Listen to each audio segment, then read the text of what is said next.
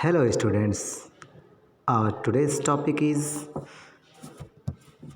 Punctuation marks. हमारा आज का टॉपिक है पंक्चुएशन मार्क्स। तो इस टॉपिक में हम लोग कुछ पंक्चुएशन मार्क्स के बारे में पढ़ेंगे, कुछ चिन्ह के बारे में पढ़ेंगे। The following are the punctuation marks. तो इंग्लिश में नीचे कुछ पंक्चुएशन मार्क्स दिए गए हैं, उनसे पहले हम लोग परिचित होते हैं, इंट्रोड्यूस करते हैं कि कौन कौन से पंक्चुएशन मार्क्स इंग्लिश में लगाए जाते हैं, किए जाते हैं। फर्स्ट है फुल स्टॉप, जो किसी भी सेंटेंस को एंड करने के लिए किया जाता है। फुल स्टॉप का यूज़ या फिर और भी इसका बहुत यूज़ है। तो हम लोग बेसिक चीज़ आज हम लोग इस चैप्टर में पंक्चुएशन मार्क्स चैप्टर में पढ़ेंगे। फुल स्टॉप जिसका सिंबल होता है इस तरीके से, मीन्स एक डॉट होता है, वही फुल स्टॉप कहलाता है। ठीक है।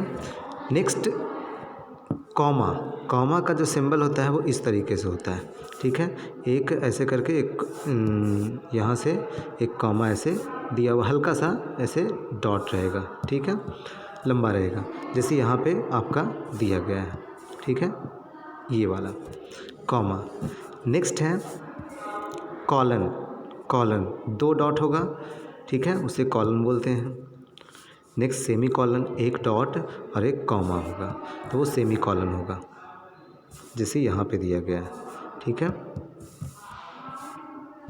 Next colon dash, colon dash means दो डॉट होगा और एक डैश होगा, उसी को कॉलन डैश बोला जाता है। नेक्स्ट डैश, डैश एक होगा। ठीक है। Next question marks, question mark का भी यूज़ सेंटेंस को एंड करने के लिए किया जाता है, बट क्वेश्चन सेंटेंस को, इंट्रोगेटिव सेंटेंस को, जिसमें क्वेश्चंस करने का काम होता है। एक्सक्लामेशन मार्क, एक्सक्लामेशन मार्क जो होता है उसका सिंबल उल्टा आई जैसा होता है। ठीक है। तो उसका जो यूज़ होता है वो सरप्राइज़, सडन, ये सरप्राइज़ हो गया, हैप्पीनेस, सैडनेस, या फिर कोई भी सडन फीलिंग को एक्सप्रेस करने के लिए किसी सेंटेंस का अगर हम यूज़ करते हैं तो उसके लास्ट में एक्सक्लामेशन मार्क का यूज़ किया जाता है। ठीक है। इसका भी यूज़ सेंटेंस को एंड करने के लिए होता है। ठीक है। सिंगल इन्वर्टेड कॉमा, अब जो इन्वर्टेड कॉमा होता है किसी भी सेंटेंस में या वर्ड में दो साइड से इन्वर्टेड कॉमा लगाया गया होता है, तो वो सिंगल लगाया हुआ है, वो कहाँ पे होता है, सिंगल इन्वर्टेड कॉमा है वो। ठीक है। Next double inverted comma, means दोनों साइड दो दो होगा। ठीक है, एक साइड इधर से एक इधर से, तो दो होगा। किसी वर्ड के, कोई वर्ड अगर बीच में लिखा हुआ है तो उसके इस साइड से डबल और इस साइड से डबल, इस तरीके से, जैसे यहाँ पे ऊपर ऊपर ये और ये दिया गया है। ठीक है, वो है डबल इन्वर्टेड कॉमा। नेक्स्ट आप लोग को जो पढ़ना है वो है अपोस्ट्रॉफी। अपोस्ट्रॉफी जो होता है किसी वर्ड के कोई वर्ड अगर हम लिखते हैं तो उसमें अपोस्ट्रॉफी का यूज़ बाद में होता है, तो वो कैसे किया जाता है, कहाँ किया जाता है, उसके बारे में हम लोग पढ़ेंगे। तो सबसे पहले हम लोग जो फर्स्ट टॉपिक को ध्यान से सुनिएगा आप लोग, इसे मैं रिटन नहीं बता रहा हूँ, तो फर्स्ट टॉपिक को ध्यान से सुनिएगा।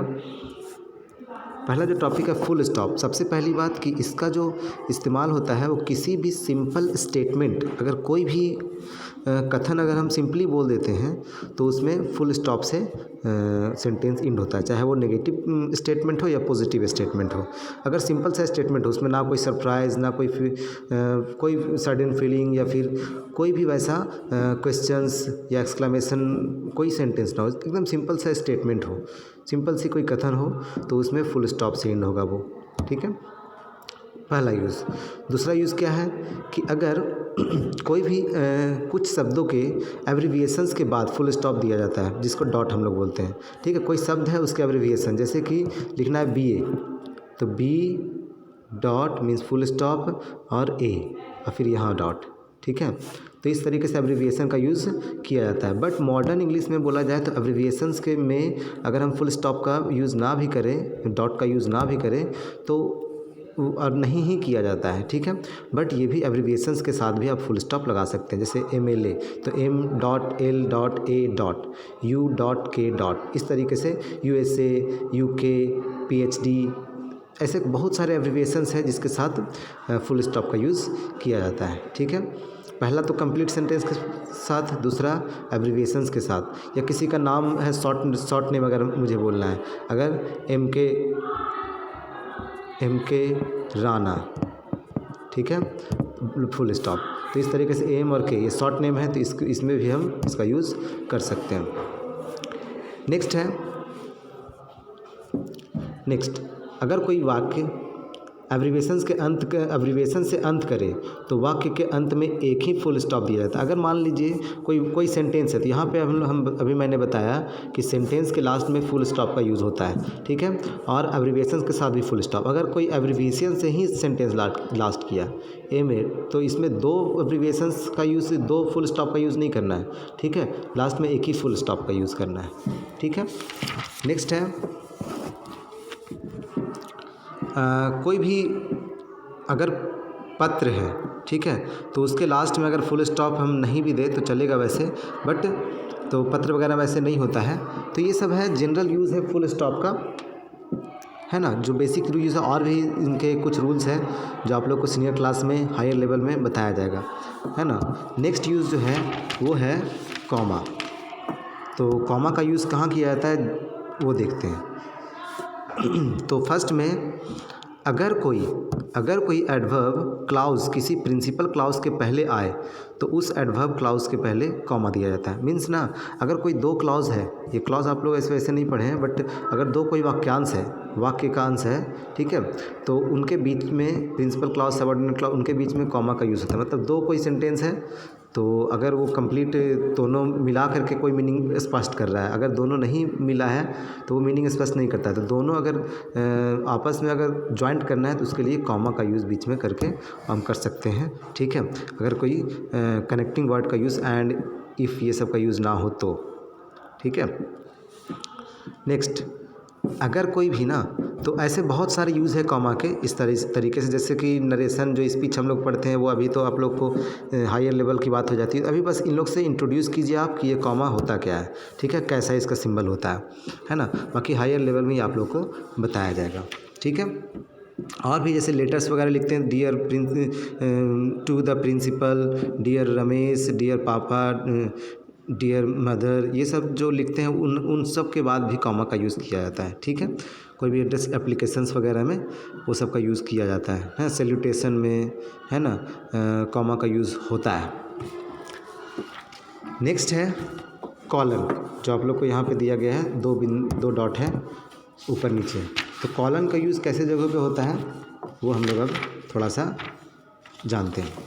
तो कुछ कॉलन का प्रयोग किसी सूची, लिस्ट को आरंभ करने के लिए किया जाता है। सबसे पहले तो कॉलन, अगर कोई लिस्ट हम लोग को लिस्ट बनाना है नीचे, तो ऊपर कुछ लिखे और लिस्ट बनाने से पहले ऊपर 2 बिंदी मीन्स कॉलन दे देंगे, उसके बाद फिर लिस्ट हम लोग बनाना स्टार्ट करते हैं, ओके। नेक्स्ट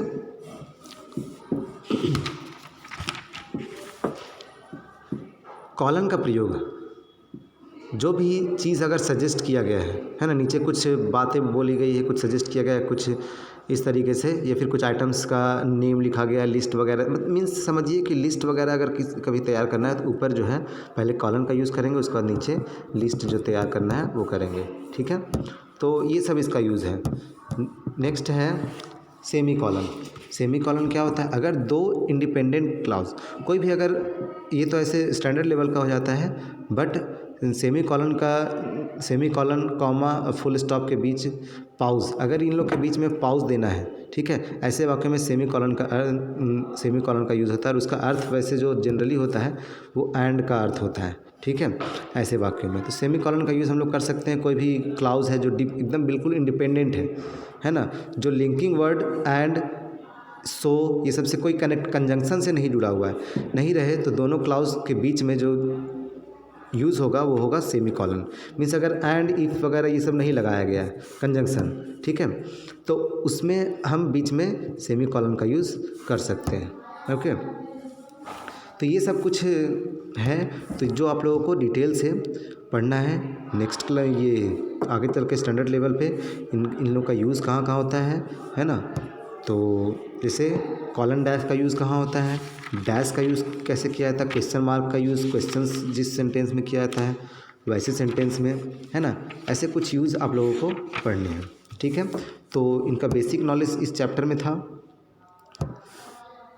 आई होप कि ये सारे आप लोगों को समझ में आ गया होगा, ये सारा टॉपिक जो भी इनका इंट्रोडक्शन दिया गया है ना। ठीक है, तो इस वीडियो में इतना ही। Thank you very